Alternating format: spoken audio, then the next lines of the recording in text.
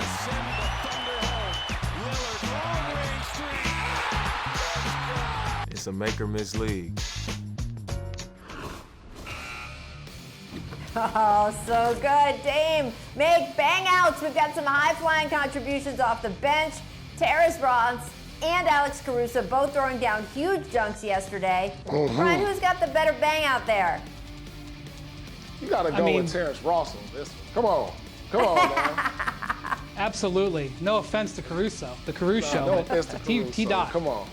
There you go. Miss explanations. Blazers-Lakers wasn't the best shooting display last night, but come on.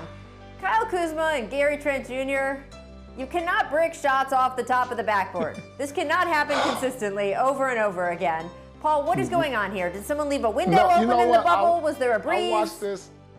I've watched this yesterday, and it happened today in the Toronto game. It must be the backboard is off. I'm telling you, it's too many shots guys are shooting not wide shown. open Not shown Melo. Not shown Melo and Gary Trent hitting threes in the fourth quarter, though. I'd like to point that out. Yes. Remember at one point in the Lakers-Blazers game, the basket was tilted. I don't know if the whole thing is tilted. Anyway. All right. Make light work. Damian Lillard's range just keeps expanding. He buried this deep three late in the fourth quarter. This was of a tied playoff game. Paul Pierce, Damian Lillard has made 3 of 4 shots in the bubble from 36 feet out or more. How do you defend Logo Lillard? I mean, you can't defend nothing like that. All you could do is look to the sideline like, what you want me to do, coach? You want me to come out 36 feet, and he's already breaking you down off the dribble, getting to the basket. I mean, come on, no defense for that. He shoots 40% on shots over 30 feet. That's a good shot, Rachel. Yeah, That's a great shot. It's Listen, good, Paul George said last year that was a bad shot. I don't think so, PG. Like you said, he shoots over 40% from that spot.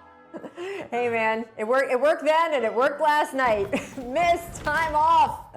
Slam dunk champion Derrick Jones Jr. back on the court. This is just 4 days after he was carted off with a neck injury. I was working sidelines for that game. It was really scary. Brian, are you surprised to see Jones back out there so quickly? It was such incredibly great news that he had those scans there in the bubble and was okay.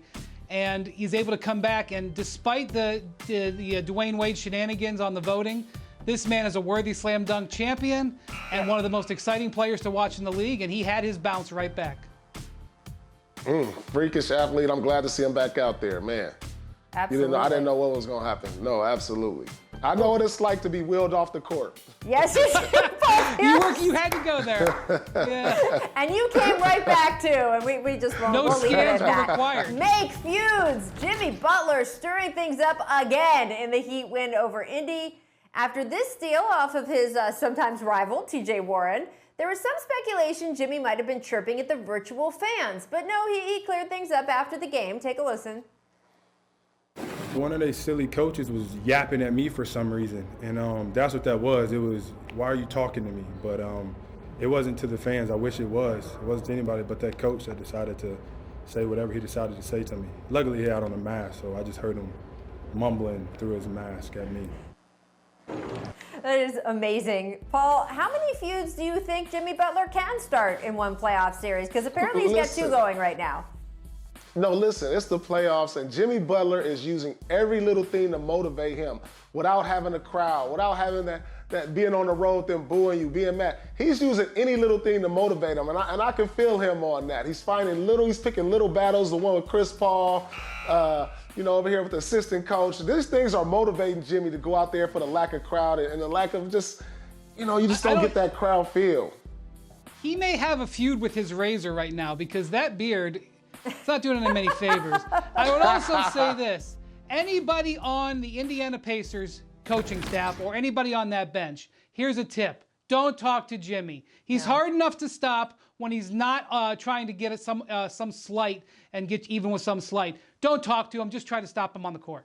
You don't need to give him more chips to carry on his shoulders because I promise he can take them with him. He's got no problem with that. I do want to stick with Pacers Heat, guys. The Heat won Game 1, of course, thanks to 28 points from Jimmy Butler. Made his first 3 since March 2nd in that win. Goran Dragic also adding 24 points. Victor Oladipo limited to only 8 minutes. after leaving the game with that eye injury in the first quarter. He's considered day-to-day at this point. So, Paul, do you think that Pacers have enough to hang with the Heat in this series? No, I really don't. I mean, I think the loss of Sabonis really hurts them on the inside. You know, they have perimeter guys who can get the job done, but I just think, even with a healthy Oladipo, I just think the lack of Sabonis, who became an all-star this year, if he's not out there, then I don't think they really have much of a chance. Yeah, this is something I talk about in playoff series now for decades, margin for error. I remember talking about playing against the Celtics with Paul Pierce and all of the strength on his team. They had a big margin for error. Their opponents didn't. The Pacers do not have much of a margin for error here. So when Victor Oladipo goes out with a poked eye, they just can't survive it in most cases. They have to play top-level basketball with all of their guys. Now 4 out of the next 6 to do it. Meanwhile, the Heat, as you guys can see, are very comfortable in their system. This is going to be an uphill climb for the Pacers, even though I'm very impressed with the way they've been able to get to this point. Yeah, look, I can't say for sure what's going to happen in the next few games, but I know they're not going to be boring. Thank you, Jimmy Butler, for that. Thanks for watching ESPN on YouTube. For live streaming sports and premium content, subscribe to ESPN+.